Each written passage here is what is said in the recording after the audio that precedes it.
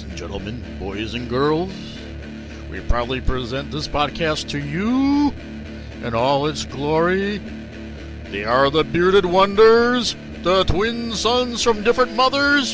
He is Blake, he is Sal, and together they are the Blake and Sal Show. And if you're not okay with that, I have 2 words for you. Stay tuned. Hello, everybody, and welcome to episode number 209 of the Blake and Sal Show. I'm Blake. Technically, we are off this week, but I wanted to give everyone something special to listen to. As everybody knows, I do a podcast called Clerks Minute with Kyle. I may mention it in here once or twice a show. But the cool part is we've been doing some really good interviews over there as part of our minute-by-minute format. And I wanted to share some interviews with you on this show and on a future show in a few weeks, just so we can get a week off and refresh the batteries, especially because of the Mania week and everything last week. It's my birthday as well, and I wanted to not work on my birthday week. So there you go. So here we go. We are going to go to interviews that me and Kyle did with Marilyn Ghigliotti, Scott Schiaffo, and Ernie O'Donnell. They are all stars of Clerks, and I'm going to put them back to back to back here. So enjoy this show, and we'll be back next week to talk about the WWE Greatest Royal Rumble, maybe other things going on, and of course take a look at the Stanley Cup playoffs and all the stuff coming out of there. So be back with us next week. Enjoy the interviews. Have a good day, everybody. Hey, this is Marilyn Ghigliotti. Hey, this is Brian O'Halloran. Hey, everybody. My name is Scott Schiaffo, actor best known as the Chulies Gum Guy from the film Clerks. And welcome to Clerks Minute. You're listening to Clerks Minute. And I'm not even supposed to be here today. Hi, this is Mike Zapsik from AMC's Comic Book Man, the podcast I Sell Comics, and the Ming and Mike Show. And you're listening to Clerks Minute. What's up, everybody? This is Ming Chen from AMC's Comic Book Man. You got a minute? Good, because you're listening to Clerks Minute. Hey, this is Walt Flanagan, the Lon Chaney of the 90s, and you are listening to Clerks Minute.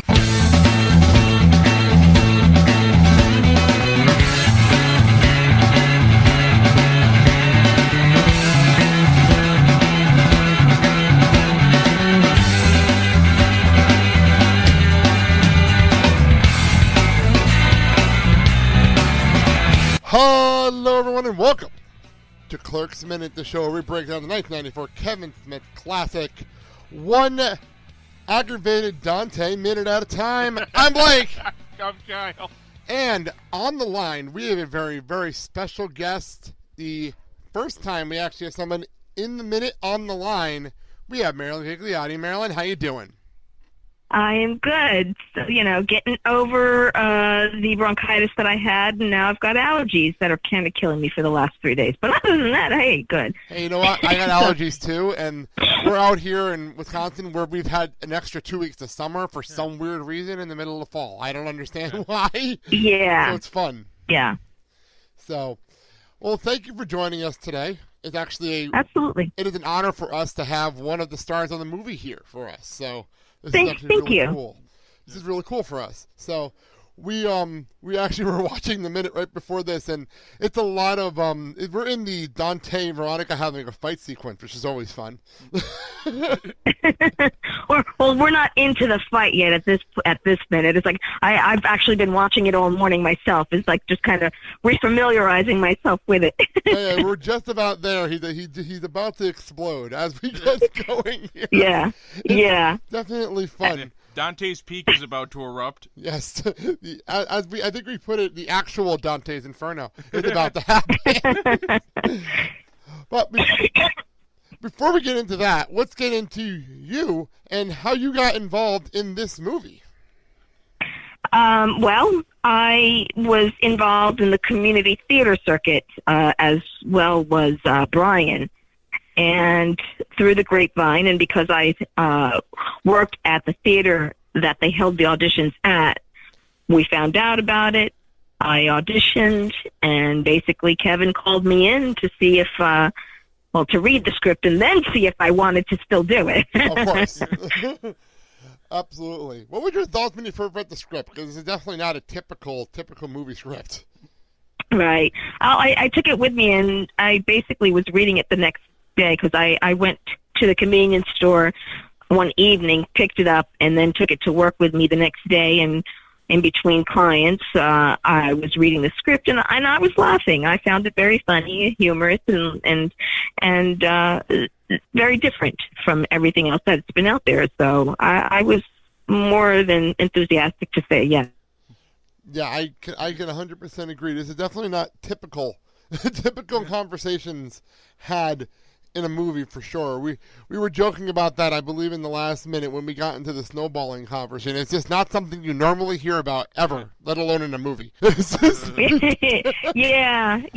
I mean, but also the fact, like, during that 1 minute phase, it's like he's asking, was like, oh, who were those guys that you slept with? Like, he's like, really? You want to know who? You want to compare yourself to these two people? It is funny. But the one thing I do appreciate, it is a real conversation, totally real. Yeah. And we were joking around saying that with the relationship here, it feels like they should have had this conversation already. It's weird to me. What was it like working with Brian in this role, this close, this intimate of a setting, doing all these crazy conversations? What was it like working with Brian? Well, Brian and I have history, theater history.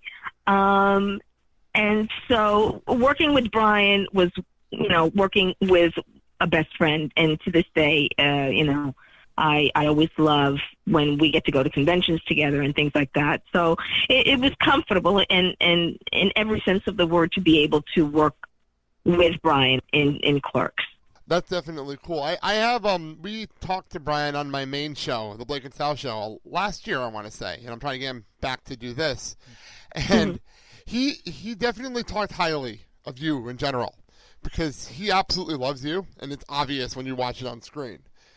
I love him as well. Seriously, I think he's one of the friends that I've had the longest in my life. That's great, actually. That's fantastic. I'm not gonna lie. Take us behind the scenes. Kevin Smith doing this movie with you. What's it like working for Kevin? So, working with Kevin for everybody, it was like a first-time experience working on a movie set, anyway. And for me, I was just enjoying the process. And the fact that we were all kind of in the same boat together of figuring it out. So for me, I don't feel like there were any egos. I mean, although if you go by, because the 10th anniversary DVD of Clerks, mentions this thing about that Jeff and I kind of had, mind you, a situation that I just can't remember for the life of me, which I try to every time it gets brought up, but even when I have to bring it up. But for me, and even though that kind of says a different story, there were no egos. Because like I said, we were all in the same boat. We were all trying to figure this out. It was like nobody wanted to mess up. And we wanted something good to come out of this. That's fair enough. I think I know the story you're talking about on the Clerks 10 DVD. As a matter of fact, that's the DVD we do to do this. Actually, that's the DVD we're watching to do this show. But I was going to say, for you, it was your first movie? Yeah, I mean, basically, yes. First film to kind of work on and have a role that, was pretty meaty. Well, and you know what? It was one thing I have to give credit for, and we're watching this back. We're watching everything really closely and really in particular, and what we're noticing is you stand out to us as like for us, because I know like a couple of, what was the minute, Kyle? Her entrance, right? The fire extinguisher entrance. Yeah. I think we proclaimed you as the baddest chick in the world. At that moment, baddest chick in the world. Thank you. Because we were going crazy. I'm like, this is the best entrance ever. This is by far the best. I think my exact... It was. And I will say that. It definitely is a pretty decent entrance. If I remember correctly, my exact words upon seeing that again for the minute there was, Dante is an idiot. Absolutely true. It's absolutely true. It's fun to watch back because it's like there's, as an adult especially, because it has been a while since I've actually sat and watched this movie straight up and actually get more of the humor than I ever had before in my life. And it's so much more fun to know that this is the character of Veronica is just like no nonsense, way ahead of her time, really, in my personal opinion, in this movie. And I love the fact that that's that way. Because I really liked and connected with the fact that she's a pretty strong and independent woman. And even though I might not have been secure in the fact that I was maybe that at that point and didn't realize it, when we made the film kind of a thing, I feel like I've grown into my independence and security with that as well through the years. She definitely wasn't a character that we saw a lot of at that point. Well, we were talking off air, and share with us the story behind the scenes that's not on the DVD set that not a lot of people actually would know. Share us the story with us. That would be great. I mean, for me, it's like things that I remember. Just having to be at work during the week. Going there late at night, maybe getting some sleep before I had to go into work the next day if I had to go to work. Having the store as our catering services, nice fresh bagels when they came into the store next door. What time were these filming sessions? Because we were trying to figure that out actually as we were watching it. Like, what time did you guys film? Pretty much around 11 to 6 in the morning. Jeez, that sounds like Kyle's shift now. He works overnight at a casino, Kyle over here, so he understands. Yeah, I think we had to be there at about 10 o'clock, so this way we can get all into makeup and hair and paired and all that kind of stuff. And but generally it was around. We had to be out by 6 o'clock, so we probably had to finish by 5, so that they could open up the store. But generally, once the store was closed and just before the store opened in the morning. So I have a question now.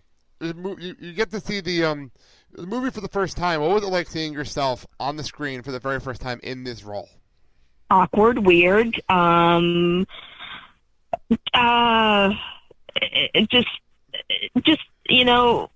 That I'm like, is that me? And like, oh, I don't like that scene. Oh, that was terrible. I wish I could have done that better. I wish I could have had it's total critical mess. Yeah. Kind of your own worst enemy kind of a mentality? What? I think kind of your own worst enemy kind of mentality? Oh, absolutely. Absolutely. And mind you, this was before the Sundance because we got to see it at the IFFM.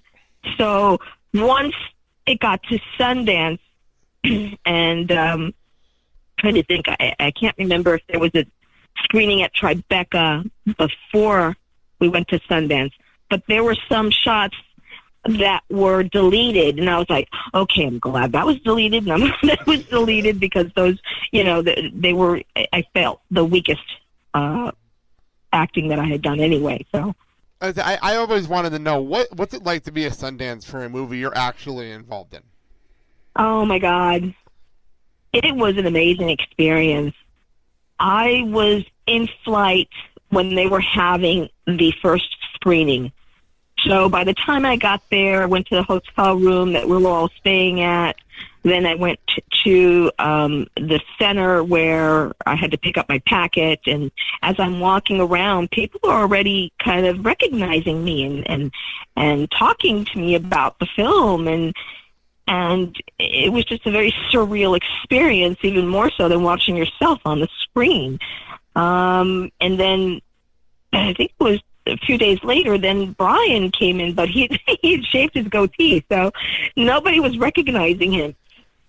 So it's like whenever we were stopped and they're talking to me, I'm like, and here's Dante, and so it was just an amazing experience that it just would never be duplicated, I'm sure.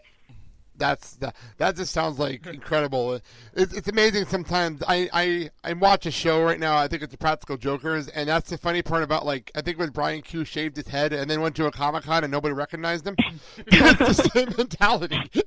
You know? Yeah. That is pretty funny. I think what even made it more special